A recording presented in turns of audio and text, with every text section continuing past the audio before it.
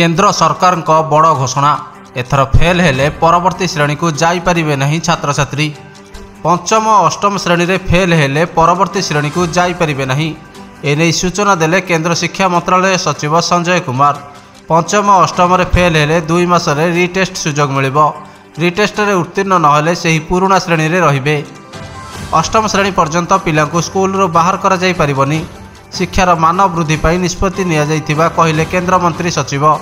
पंचम अष्टम श्रेणी छात्र छात्री मानक पई नो डिटेंशन पॉलिसी को बंद करी केंद्र सरकार शिक्षा नीति रे एक बड़ परिवर्तन करिसंती। एहार अर्थ हेउची जेउ माने सेमानकर वर्ष शेष परीक्षा रे विफल हेबे सेमाने परवर्ती श्रेणी को उत्तीर्ण होई परिबे नाही। अंगनवाड़ी को घारिछि अंडा चिंता। डाएट चार्ट हिसाब रे अंडा पाई पारु नहांती शिशु और गर्भवती। अंगनवाड़ी केन्द्र रे पड़िछि अंडा दर वृद्धिर प्रभाव। पिला को आउ मिलुनी आवश्यक परिमाणर अंडा। 20टी बदल रे अंगनवाड़ी रे मिलुछि मात्र 15टी अंडा। मार्केट रे अंडा गोटा को 8 टंका थिबा बेले सरकार देउछंती 4.5 रु 5 टंका। गर्भवती और प्रसूति को भी कम अंडा मिलुछि। एकथा को उभय उपमुख्यमंत्री एवं मत्स्य और प्राणी संपद मंत्री मानिथिबा बेले समस्या समाधान नहीं आशावादी अछंती। भुवनेश्वर रे बढ़िछि कुकुर आतंक। खूब शीघ्र आरंभ हेब कुकुर बंध्याकरण। भुवनेश्वर रे बढ़िछि कुकुर आतंक। बढ़ुतिबा कुकुरंक संख्या पाई विभिन्न प्रकार समस्या उपुजुछि। कुकुरंक कारणरू राजधानी रे दुर्घटना मध्य बढ़ुछि। अनेक समय एपरी देखा जाउछि कि राजधानी गली कंदी रे कुकुर माने लोकंक उपरे आक्रमण करुछंती, जेउथिपाई कुनी पिला और वृद्ध वृद्धा गुरुतर आहत हेउछंती। तेणु एहाकु दृष्टि रखी बीएमसी पक्षरु पदक्षेप निया जाइछि। आगामी दिन में कुकुर बंध्याकरण उपरे गुरुत्व दिया। रास्तारू स्थायी भाव हटिबे उठा दोकानी। मेयर कड़ा तागिद कहले बिना रेजिस्ट्रेशन रे करि परिबेनी दोकान। समूह सफाई कार्यक्रम समय रास्ता कड़े मन इच्छा दोकान करिथिबा देखि रागिले मेयर।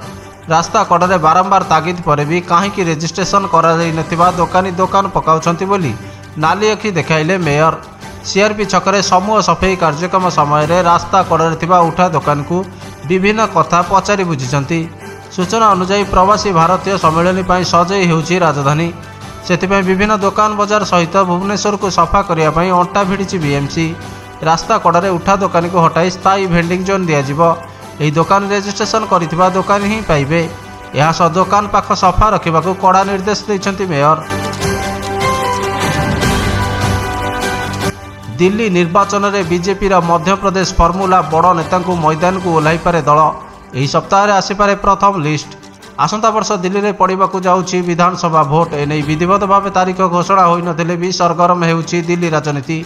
गोटे पटे आम आदमी पार्टी समस्त 70टी आसन रे प्रार्थी घोषणा करि दैथिबा बेले विरोधी बीजेपी किंतु एपर्यंत कौनसी प्रार्थी ना घोषणा करिनी।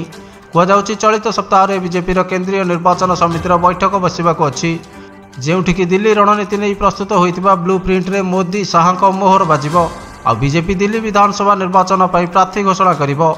मिलिथिबा सूचना मुताबक दिल्ली रे एथर कौनसी भी प्रकार सत्ता हासिल करने लक्ष्य रे रहिछि भारतीय जनता पार्टी। आ एथिपाई मध्य प्रदेश फर्मुला रे रणनीति प्रस्तुत करा जाउछि। खास करी आप मुख्य चेहरा साजिथिबा अरविंद केजरीवाल मुख्यमंत्री अतीश जो सीट रे प्रार्थी होइछंती सेही सीट रे आगुआ प्रार्थी घोषणा करि पारे भारतीय जनता पार्टी। एमितिकी किछि लोकसभा सांसद को मध्य विधानसभा निर्वाचन पर मैदान को ओह्लाई पारे दल। पुणी शेख हसीना को नहीं विवाद भारतरू फेराई आनिबाकू अंतरीण सरकार दाबी। अरेस्ट वारंट करा जाइछि जारी। पुणी थरे भारत को दाबी जणाइला बांग्लादेश। बांग्लादेशर अंतरीण यूनुस सरकार पूर्वतन प्रधानमंत्री शेख हसीना को भारतरू फेराई आनिबाकू दाबी करछंती। शेख हसीना को ढाका फेराई आनिबा पई कूटनैतिक वार्ता पठाइछि बांग्लादेश। बांग्लादेशर वैदेशिक व्यापार परामर्शदाता दहित हुसैन एही मामला रे एक बयान जारी करछंती। हुसैन कहते बांग्लादेश भारत सरकार को एक वार्ता पठाई जो शेख हसीना को फेराई आनिबाकू दाबी होइछि। न्यायिक प्रक्रिया परिचालना पाई बांग्लादेश तांको फेराई आनिबाकू चाहुछि। प्रत्यार्पण प्रक्रिया पाई भारतीय वैदेशिक व्यापार मंत्रालय को एक चिठी पठा जाइथिबा से निश्चित करछंती। एही प्रक्रिया एबे भी जारी रहिछि। नुआ दिल्ली और ढाका मध्य प्रत्यार्पण चुक्ति रहिछि, जहाकू दृष्टि रखी एबे शेख हसीना को फेराई आनिबाकू दाबी करछंती बांग्लादेशर यूनुस सरकार।